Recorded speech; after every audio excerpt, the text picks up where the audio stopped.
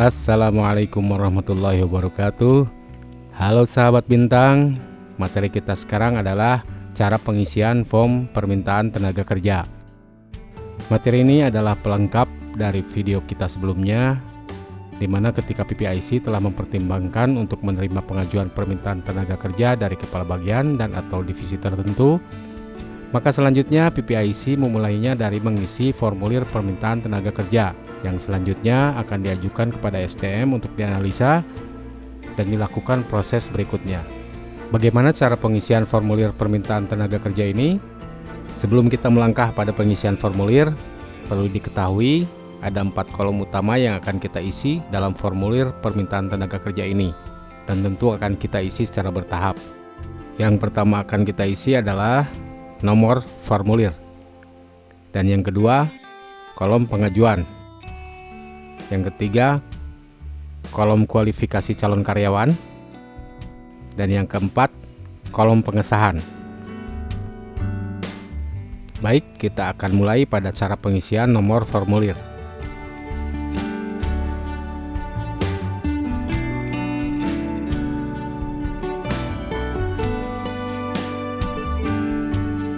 Agar lebih mudah difahami, terlebih dahulu saya akan membagi menjadi 4 kolom. Kolom yang pertama kita isi dengan tahun, kita masukkan angka 21, yakni tahun 2021.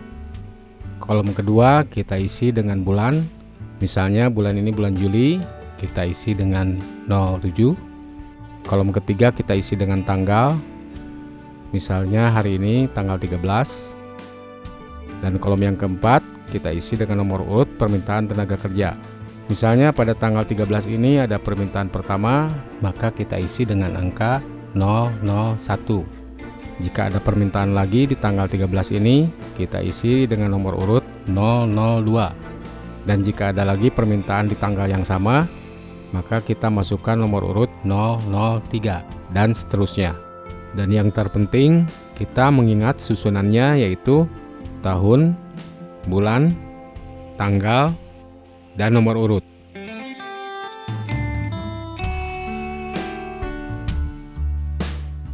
Selanjutnya kita akan mengisi poin yang kedua, yakni kolom pengajuan. Sahabat bintang, permintaan karyawan tentu harus memiliki alasan yang jelas. Jika alasannya untuk menggantikan posisi karyawan yang telah keluar, maka kita centang kolom pengganti karyawan keluar. Berapa orang karyawan pengganti yang diminta? Jika 1 orang, maka kita isi dengan angka 1. Selanjutnya, jika permintaan penambahan karyawan berdasarkan kebutuhan untuk memenuhi manpower, maka kita centang kolom penambahan karena kebutuhan. Berapa orang karyawan yang dibutuhkan? Misalnya dibutuhkan 3 orang, maka kita isikan angka 3.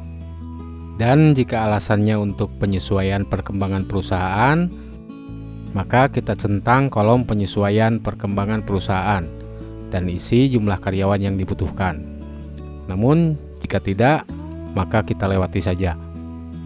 Selanjutnya, karyawan yang kita minta akan ditempatkan di divisi apa? Apakah di manajemen, finishing, produksi, QA atau QC? Misalnya kita akan menempatkannya di divisi produksi, maka kita centang kolom produksi. Dan di bagian mana akan ditempatkan? Misalnya kita akan menempatkannya di bagian jahit, maka kita centang kolom sewing. Berikutnya, posisinya sebagai apa? Maka kita isi kolom posisi. Misalnya posisinya sebagai operator, maka di sini kita tuliskan operator. Jika akan ditempatkan di posisi baru, maka cantumkan posisinya di kolom yang kosong ini. Kemudian berikan penjelasan mengenai job desk-nya pada kolom di bawah ini. Selanjutnya, jangan lupa untuk menjelaskan mengenai dampak kekosongan pada posisi ini jika tidak segera dilakukan penambahan karyawan. Misalnya dampak kekosongan pada posisi ini akan menghambat target output per hari. Baik sahabat bintang, berikutnya kita akan mengisi kolom kualifikasi calon karyawan. Dan ini masih dalam lembar formulir yang sama. Karyawan yang diminta apakah yang berstatus menikah atau belum menikah. Misalnya berdasarkan permintaan dibutuhkan yang belum menikah, maka kita centang kolom belum menikah. Berikutnya adalah usia. Berdasarkan permintaan misalnya dibutuhkan karyawan yang berusia antara 23 tahun hingga 30 tahun. Maka kita isi di sini. Selanjutnya kolom pendidikan. Misalnya berdasarkan permintaan dibutuhkan karyawan berijazah SMA atau SMK, maka kita centang kolom SMA atau SMK. Kemudian keahlian khusus. Misalnya karyawan yang diminta diharapkan yang memiliki keahlian khusus, contohnya operator plaket dan operator klim bawah. Maka kita cantumkan di sini. Kemudian kolom pengalaman kerja, hal ini tentu harus diperhitungkan jika jenis pekerjaan yang tersedia memiliki tingkat kesulitan yang cukup tinggi, maka tentu dibutuhkan karyawan yang telah berpengalaman cukup lama pada bidang pekerjaan yang dibutuhkan. Dan misalnya saat ini kita hanya membutuhkan karyawan yang memiliki pengalaman kerja 1 hingga 2 tahun, maka kita centang pada kolom 1 hingga 2 tahun. Dan jika ada tambahan kualifikasi, maka dapat kita cantumkan di kolom lain-lain. Dan kolom yang keempat adalah kolom terakhir yang akan kita isi. Kolom ini adalah kolom pengesahan. Ini pun masih dalam lembar form yang sama. Jangan lupa untuk mengisi kolom tanggal, bulan, dan tahun.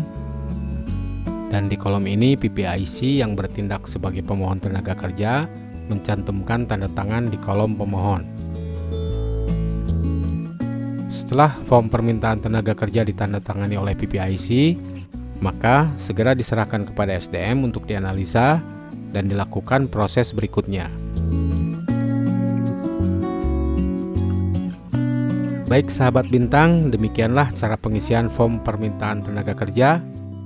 Wassalamualaikum warahmatullahi wabarakatuh.